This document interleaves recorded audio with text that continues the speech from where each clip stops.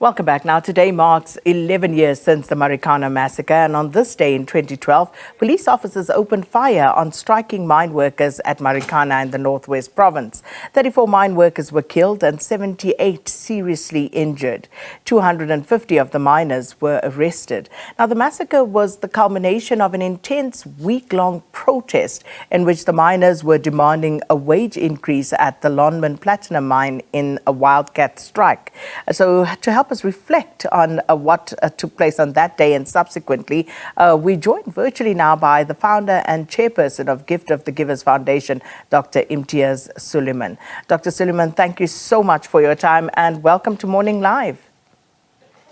Good morning. Thank you very much, Sakina. It's almost surreal to think it's 11 years on, because I think for so many of us, what happened on that day just left such an indelible mark. I remember watching on the television in the newsroom, and there was just the silence that fell over the newsroom, because we all kind of looked at each other and couldn't believe that we were seeing what we were seeing, that this was real. And some people even asked the question, is this really happening? Did that really happen? And yes, it did. But let's just go back to that day. And, Dr. Sooliman, I know there are so many people who work with you, but very often the calls for help and assistance come through to you. But your recollection of what happened in not just that on the 16th of August, but in the days leading up to the Marikana Massacre, how was Gift of the Givers located in all of this? We weren't directly involved, Sakina. We were just as shocked as you and the whole country was at the time that the thing happened.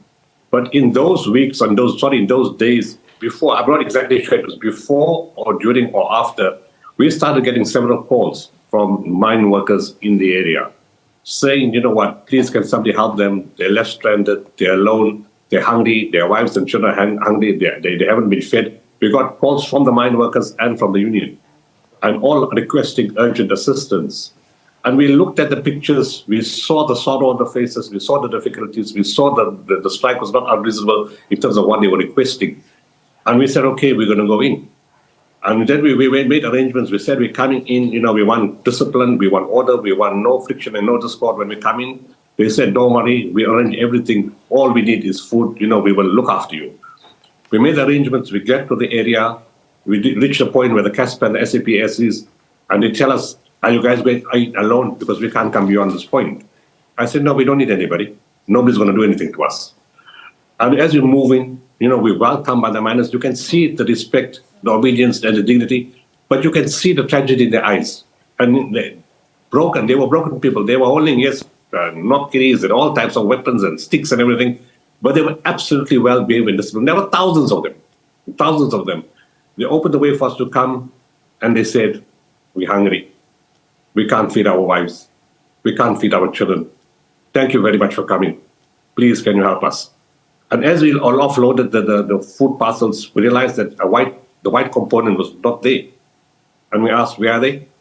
And we found where they were. They were scared. They were scared to come to where the other miners were. And we spoke to them. I said, look, these miners are not volatile. They're not going to hurt anybody. They're just hungry, and they have compassion for everyone.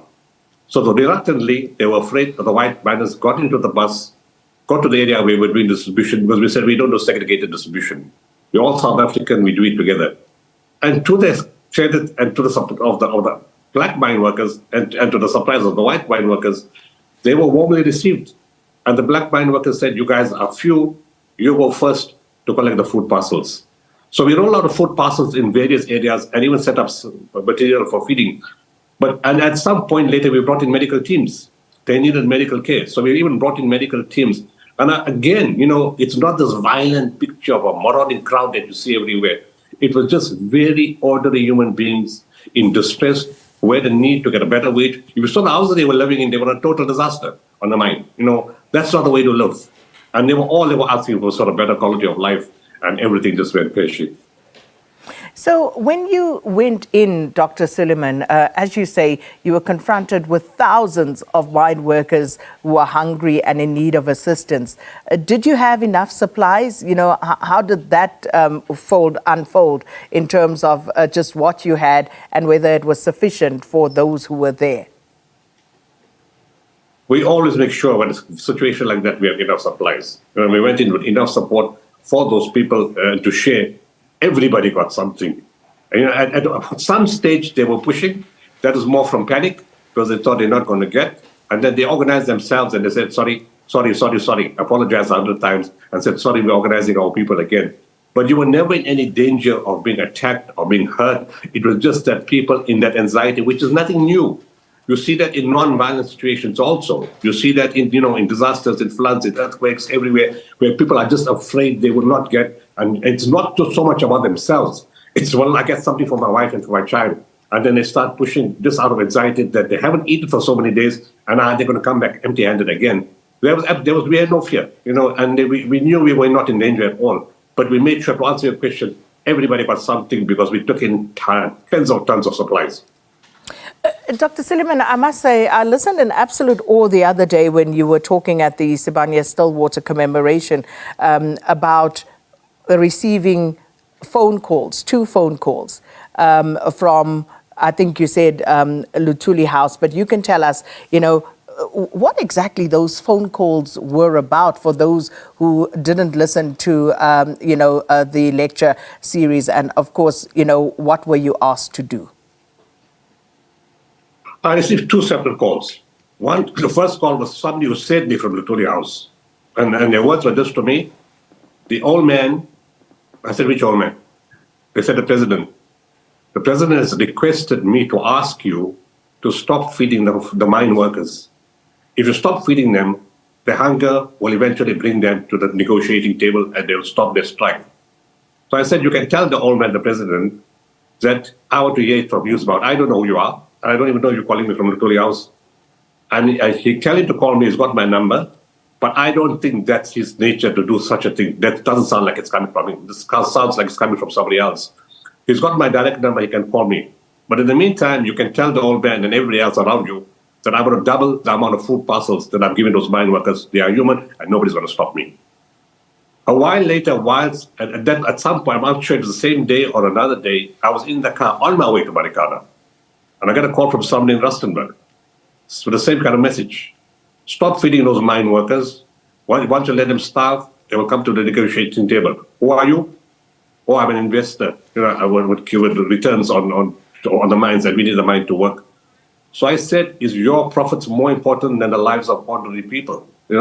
Is your wealth and your greed so harsh that you couldn't care less for ordinary people? All you're interested in profits. I told him, you don't tell me what to do. I will feed those miners as much as I want, as much as I can. These are ordinary people. What if it was your family? What would you do? And there was just silence on both sides after I said that. And Dr. Sooliman, after receiving those calls, of course, you stood your ground and you were not going to be swayed from the work that you were doing and had set out to do all these years. But what went through your mind after receiving those instructions, as it were, from those who made the calls? And, you said you didn't know who the first call was from, the second call. Did you subsequently find out who those people were? No, they never called back again. I've never spoken to them in my life. I don't know who they are. Those calls came, and it could be just somebody, just using somebody else's name. That happens quite often. That's why I said, if it's the president telling to call me directly, which never happened, and it was such a terrible, kind of, when I reflect on that, how can people behave like this? And it's people who are not short of any money, who are not short of difficulty, who are prospering in the country. How can you put money before people? It just makes no sense. And those people were really suffering. They were having a rough time. All they were asking for was a decent living. And you're getting profits because of them going down into the mine. There's something very seriously wrong with your ethics, your morality, and you can't, what kind of human being can you be? Surely, if you belong to some kind of faith or some religion, you should be having a better idea of human life and the teachings that are given to you. But in any case, I can't blame Luthuli House and I can't blame the investors because I really don't know who those people were. And they really were from what they said they were. But the principle was nobody tells us what to do, especially when it comes to help people in difficulty. And, because those people in difficulty could have been me, could have been my wife and my children and my family. So in our business, we go out to help everybody unconditionally. Dr. Sooliman, we just have a minute left. If you could just tell us today, the situation in Marikana today and the work that you continue to do in those communities. We're not involved there right now. That was, an intervention at that time. But Sibania has approached us, to upgrade communities. They've invested a lot of investment in upgrading communities. According to them, they've been fulfilling the promises that were made: give minors houses, give the families houses, give the kids education, upgrade the community. And I think they're true to the word, because they've roped us in to start implementing projects in the different areas around the mines, because they want to see an improvement in the quality of life of people. If all mining companies start having this kind of attitude, that people are more important than profits, then, they bring you your profits, but you need to look after them as you look after your own family. If mining companies, if corporates, if the country, if the government, everybody starts thinking that way, we will be a much better society, a much better country, where human beings, compassion, care, and development comes before anything else in our lives. Dr. Imtiaz Sooliman, thank you so much for your time this morning. Dr. Sooliman is the Gift of the Givers founder, and recalling one of the nation's darkest weeks that led to the killing of 44 miners back in 2012. And this is, of course, our question of the day as well. Let us know what your thoughts are, and we will share some of those sentiments as we move along.